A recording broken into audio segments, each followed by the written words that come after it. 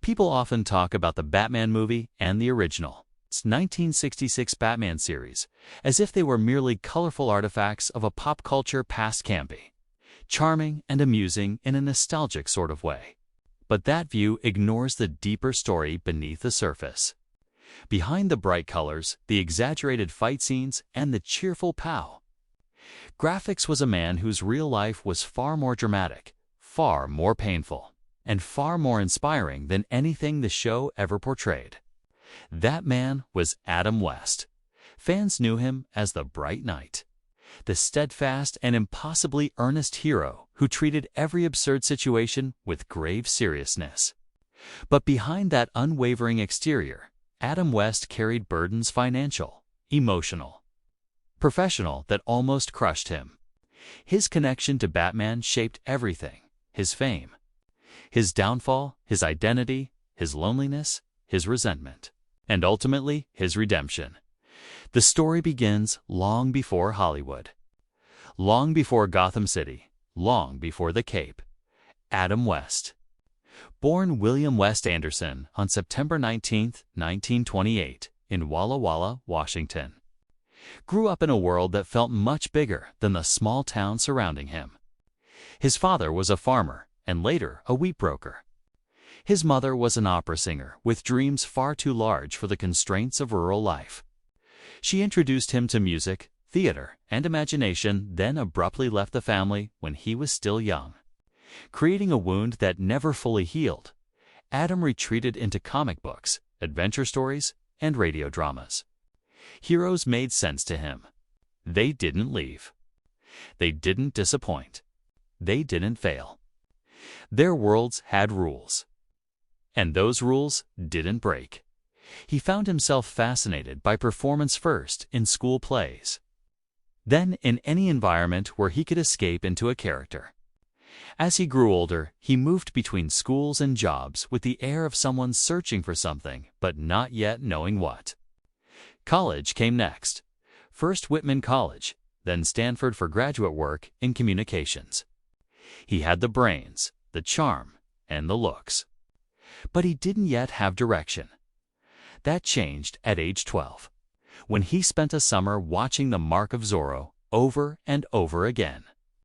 A masked hero, a double identity, a man performing courage through symbolism. West would later say that Zorro never left him. The seeds of Batman were planted long before he ever knew it, after serving in the U.S. Army as an announcer for the Armed Forces Network. West left the country altogether, spending time in Hawaii hosting a children's television show. It was steady work, but not fulfilling. He wanted to act, not just perform. And Hollywood was the only path. So he moved to Los Angeles in the 1950s. Hollywood was a brutal place for young actors, especially ones like West who didn't fit neatly into the era's mold. Too handsome for character roles, too mature for teen idol roles, too dignified for comedy, too unknown for prestige films.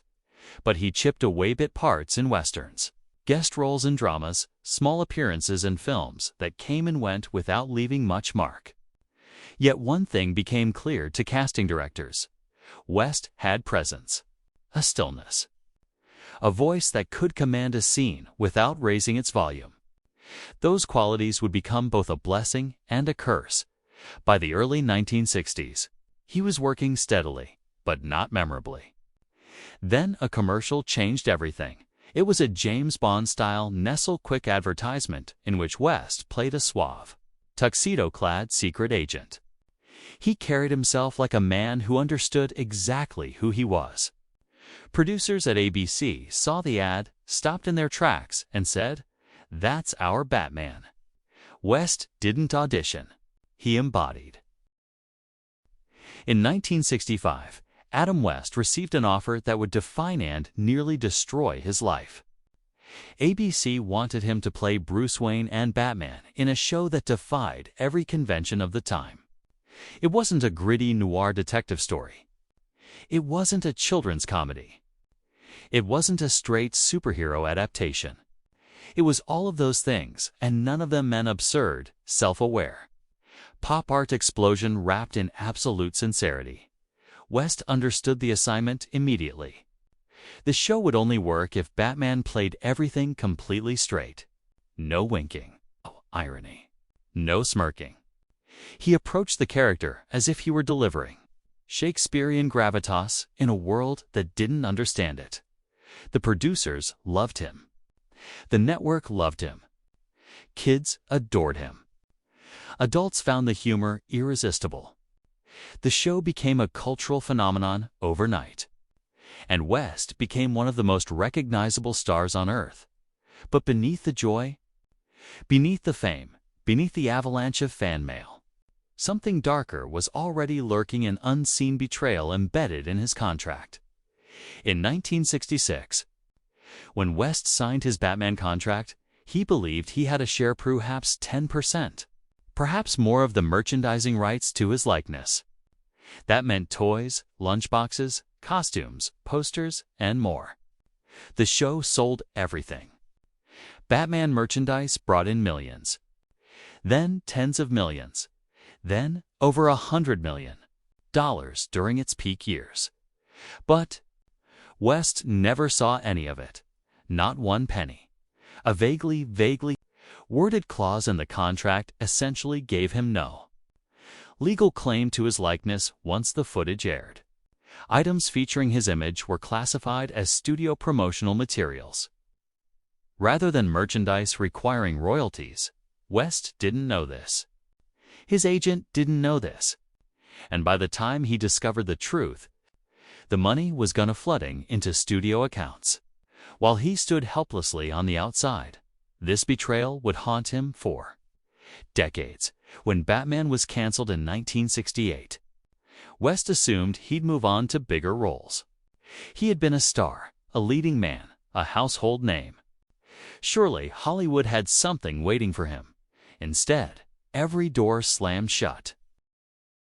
Producers didn't want Adam West. They wanted Batman, only Batman. And no one wanted Batman in their dramatic thriller, war movie, or romantic lead role. West found himself trapped in an image he could not escape. He tried to audition for other parts, but casting directors laughed. Not cruelly, more awkwardly. They simply couldn't imagine him as anything else. "We can't hire Batman for this," they'd say. It would distract the audience. The frustration ate at him. The industry that had celebrated him now rejected him. The public adored him, but the people who controlled his career viewed him as damaged goods, an actor permanently fused to a character. He no longer played. He sank into financial trouble. Divorce followed. Depression hovered. The man who once played an unshakable hero now struggled to believe in himself.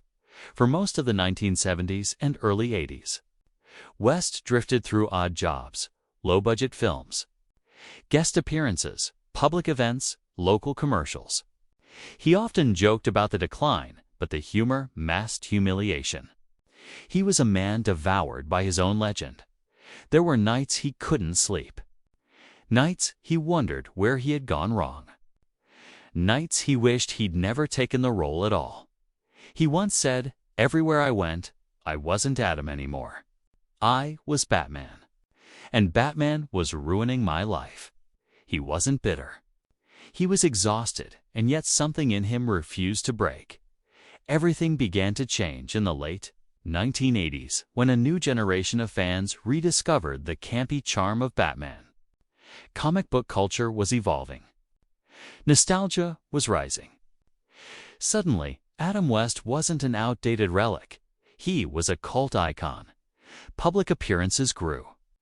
Conventions welcomed him. The stigma began to fade. Then came his second reinvention: voice acting. He found freedom in animation, no typecasting, no limitations. His voice could be funny, serious, heroic, pathetic, noble, absurd, whatever a role demanded. He appeared in The Simpsons, Johnny Bravo, and dozens of cartoons. His biggest resurgence came with Family Guy, where he played a fictionalized, hilariously absurd version of himself, Mayor Adam. West, the role was beloved.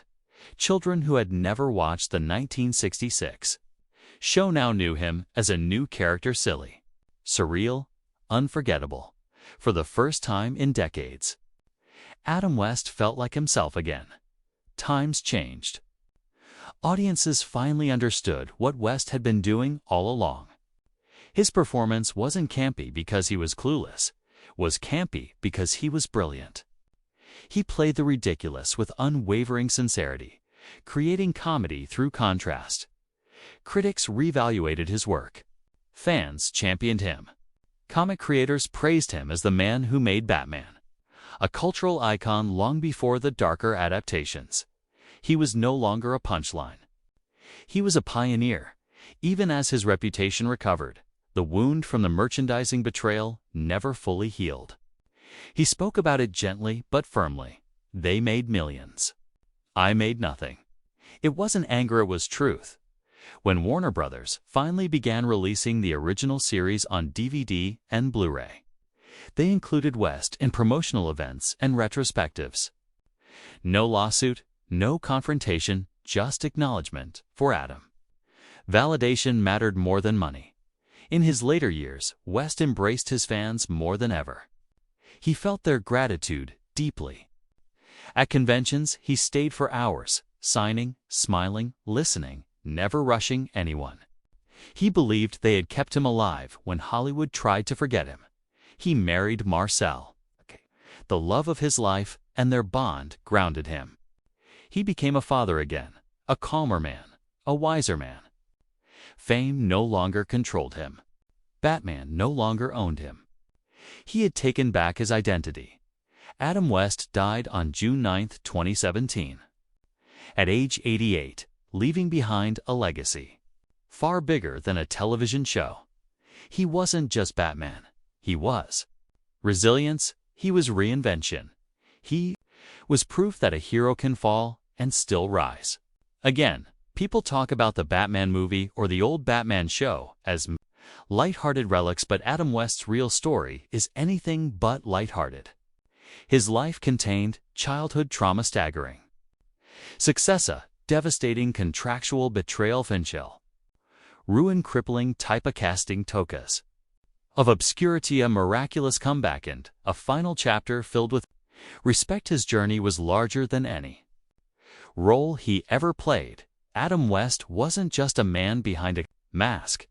He was a man who survived fame's darkest shadows and learned to step back into the light.